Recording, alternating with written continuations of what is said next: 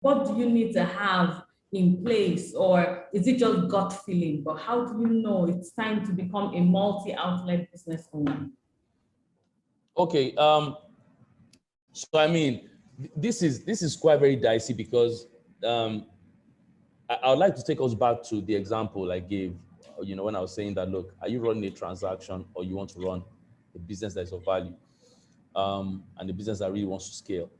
I think that we need to really check very well, right? If you are, if we become very short-sighted and we're about the instant benefit now, then we're just running transactions. You may not need to now start, opening up everywhere, because that in itself will demand a lot of energy. It will demand a lot of, you can imagine if you're operating businesses outside of Lagos and you have some in Lagos and you have some, in different states, that rigor alone is a lot of work. Yeah. So I think you want to check, first of all, I mean, am I running something that is of value? Because once you start to open several locations, you can bet that you'll be stretched. You'll be stretched administratively, you'll be stretched in terms of financial demand. And so we need to check the motive behind the business. That's the first thing. Second thing is, which is even, again, maybe much more important, is the market deep enough? Okay. Expansion is not an ego trip. It's not, some people take pride in saying, oh, we have 2 shops, we have 3 shops. In fact, that might be even the grave that one is digging for the business, because, like I said earlier, every business can grow big into trouble. There's none that is insulated from that problem. So is the market deep enough? Meaning that, do I have enough demand where if I take this to a second location, I'm serving more people? Let's assume I'm serving 100 now. And perhaps if I open another outlet, I'm able to serve 200, 300 people. That is something to look at. So before we started to expand, we had opened the first. We saw that there was demand. We saw that we could do something about it and serve more people. So is your market deep enough? A quick way, if you're not sure if your market is deep enough, a quick way to check that is to look at where you are at now. I'm assuming that many of us have started something already. Okay, if you have not started, then you should not be talking about several locations. Just talk about one for now, right? But if you're and you're seeing the demand, right? If you take this same thing somewhere else, there's likely possibility that you get even more demand. But if you're already struggling and the market is not deep enough for that product, then really that's a red flag. And you might want to work on that first location that you have first, get it right before you begin to scale. Okay, amazing. Thank you so much. That's a lot of, and I think the answer will cover a number of people depending, as you said, on the stage of the business you are.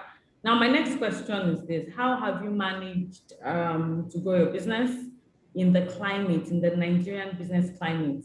Most business owners will say, the climate is not conducive for me. The policies and everything, is not very suitable for me. But how have you managed to grow despite all those things that have been challenging? Right. So without a doubt, I mean, there's a method to run the madness. There's a method to the madness when you're running a business here. Infrastructure-wise, I'm sure all of us have that problem. If you're like us, where you have to run on power. So in this building where I am, we've not had steady power for about 2 years. And so we've been running on our own generated power for 16 hours a day for the complete 2 years, right? It puts a lot of pressure on you. And so these are real issues. These are real issues. But you see, those issues are not peculiar to you alone. It's a systemic problem. So I'd like us to move away from there a bit, because if I told you that, you don't have infrastructural problems because we have done something about it and we don't have it again, that would not be true, because it's not something that you can control. It is an external force that everybody is grappling with. Of course, depending on where you are, some people have it worse than others, or depending on the kind of business. So I would say infrastructure is one thing that is a problem for everyone. I don't want us to dwell so much on that, but let's dwell on things that we may not have thought about, okay? So the first one is, for us, when we started off, I gave the example, there was no industry. Some of us may be doing something that is similar to that now. So if you wanted to do furniture business, there's so many of them already, right? If you want to do photography, even photography has evolved. When we started off, we did not even know if there was a market. That was in itself a problem. For some of you guys, you're probably getting into that kind of business where you don't even know. There's nobody who's done this kind of thing, before, especially at a good scale. That will put pressure on you. That will give you a lot of cold feet. That will make you to doubt a lot of times, because I did doubt. And that also opens up another level of various problems. For instance, to get funding for a business that has not been proven is a bit tough. So I remember when we wanted to, we didn't have all the funding. I always joke about this, but the first branch that we opened, all of our equipment were fairly used. We had to buy them fairly used, or because we did not have the funding. That was way back. Now we move past that. We don't even think about that again, because it's not even a thing. So at that time, we could not get funding. And for many of us, we have that same problem where funding is a problem. So that issue needs to, because if you don't cross it, you really cannot move.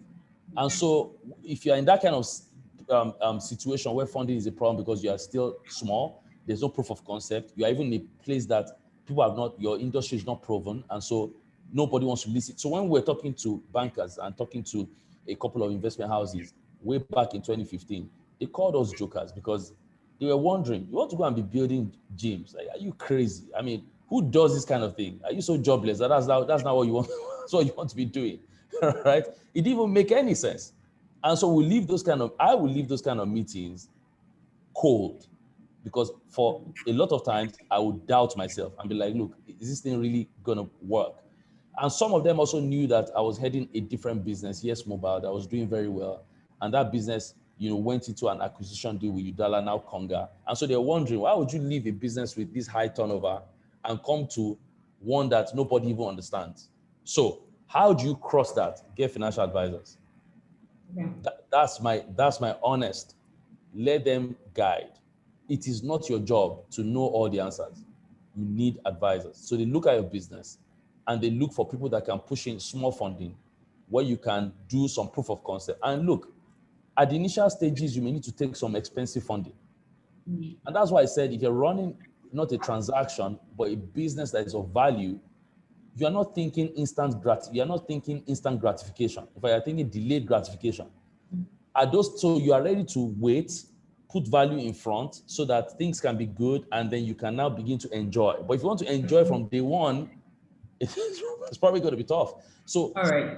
So we had to get expensive funding. So if you're getting funding at the initial stages because you don't have proof of concept, you have to be open to get some funding that may stretch you a bit. But again, it's all part of it. But again, I'm not saying you should go and get funding that will kill the business, right? You should not do that, right?